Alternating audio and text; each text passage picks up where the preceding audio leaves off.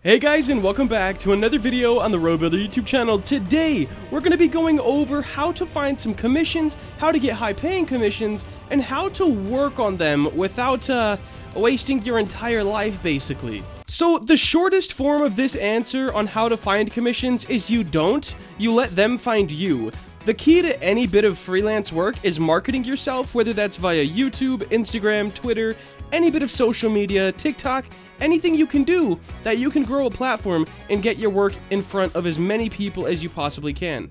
That's why I have this Robuilder channel. Well, one of the reasons. On Twitter, I post work, but you don't want to have your work posted on the same thing you post everything else on. So have a personal account and then also have a work-related account. This makes it real easy for anyone who's looking for a builder, a scripter, a modeler, whatever you do, to find you, to see your work, and to know if they want to hire you.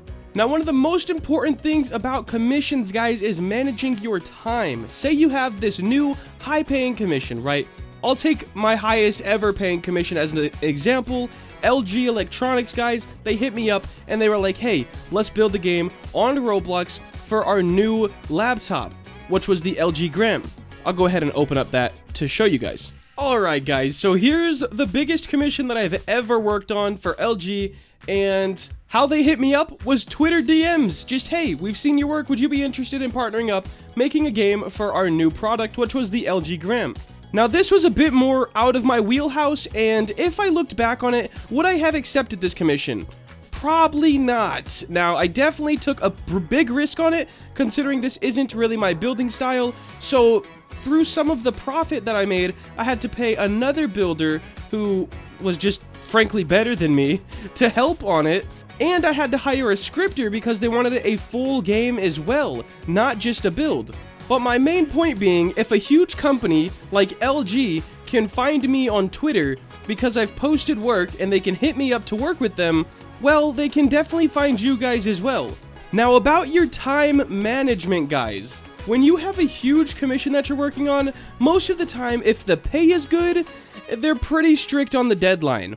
LG was a very wild one to work with because we did have a pretty strict deadline, but they didn't exactly know what they wanted. And this kind of leads into my next point. Feel free to say no to commissions, guys. If a commissioner does not know everything that they want done in the commission, right? So everything you need to build or anything like that, if they don't know exactly everything they want done, then you probably shouldn't do it, because it's impossible to please somebody who doesn't know what they want.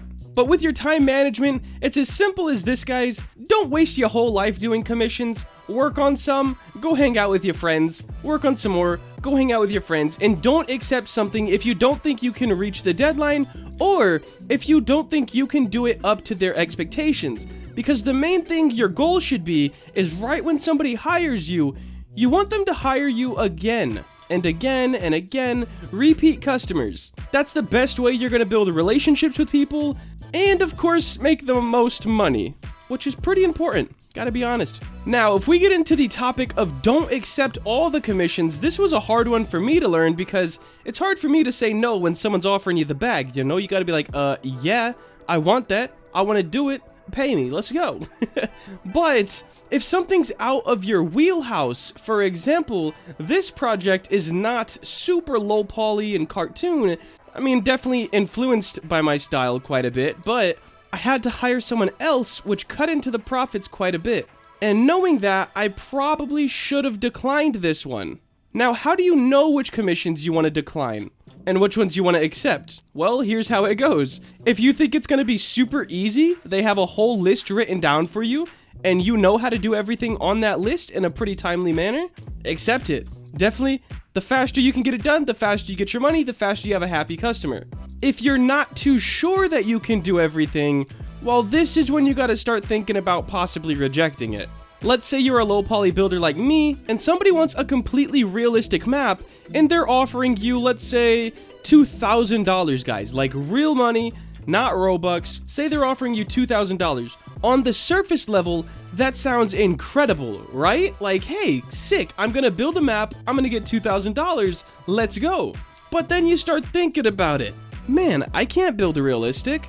Then you need to hire someone who can either help you learn or help you build the map, and that $2,000 is definitely not as much as it once was. Another thing, they're not going to pay if they're completely dissatisfied. So if they want a super hyper-realistic map, and you don't really deliver a super hyper-realistic map, well, they're not going to be too happy, and they're probably going to pay somebody else, and kind of give you a little bit of money just to scoop you under the rug, get you out of their hair. So don't accept commissions that you're not 100% confident with, for a couple reasons. Main one, it'll be super stressful to work on. Second one, the people who hired you are not going to be happy, and therefore they're not going to hire you again.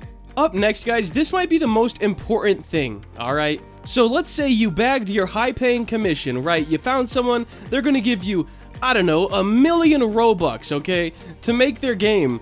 Make sure you have terms of service. This is such a stressful thing because if you don't have, we'll say, rules on what you will and won't do, or how many times you'll revise it, or something like that, well, they can just keep asking over and over again for new revisions, new work, new models, new maps, everything, and you're never going to get paid because you're never going to be done with the commission. So in your terms of service, have your price, what you're willing to do, and make sure you have like a set number of revisions. Let's say you're drawing profile pictures for somebody, or doing GFX, and you get almost done with it, right? The whole thing's just about done, you're on the last thing, whether that's lighting or shading, whatever you're trying to do, and then they hit you up and they're like, hey, I changed my character, can you change it on the GFX?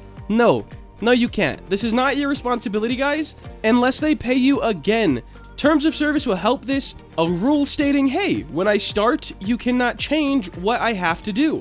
A lot of people, and I've done a lot of commissions in my time, a lot of people will have you start and then slightly throw little things on, right? So say, hey, I want an ice cream truck. All right, cool. I'm going to build you your ice cream truck.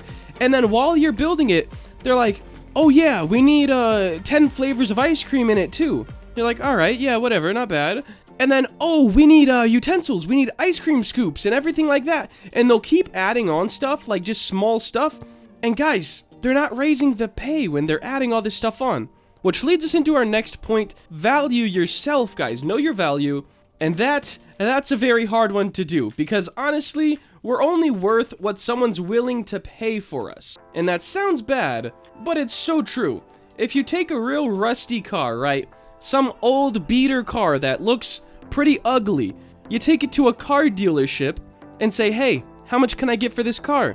They're gonna give you like 50 bucks. If you take that same car to a scrapyard, they'll give you like 200 bucks. And if you take that very same car to a collectible cars market, right? Some place where everyone values old vintage cars and they see what you have, like you could be getting like, you know, $10,000, $100,000.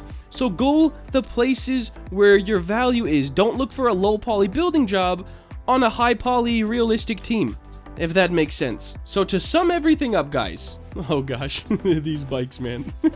To sum everything up, to get the highest paying commissions, just market yourself, make sure that you are in the most eyes possible, and let them find you.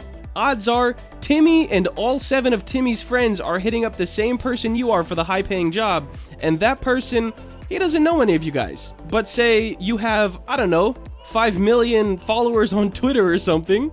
You don't really need that much, guys. Even like 1,000, 500, you know, you don't need a lot.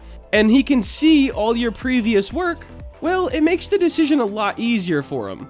Managing your time is just making sure that you're not only working. Make sure you give yourself time to live life, you know, hang out with your friends, go do fun stuff. You don't want to be 80 looking back at, dang, I'm still working on this commission that I started when I was 20. He never paid me anything, you know? And then super importantly, guys, have a terms of service. So when that big baller comes and hits you up and says, hey, I'm down, I want to commission you, here's 1,000,000 Robux, then they're not like, oh yeah, I need 3 more maps, 18 more skyscrapers, and probably 4 million pets. Yeah, that's a no-go, guys. So make sure to have a terms of service. But guys, hopefully these tips help you with your commissions, and hopefully they help you find those big commissions so we can all be getting the bag. That is going to wrap up today's video. If you did enjoy and you want to see more content like this, please make sure to like, comment, and subscribe. Have a great day. Later.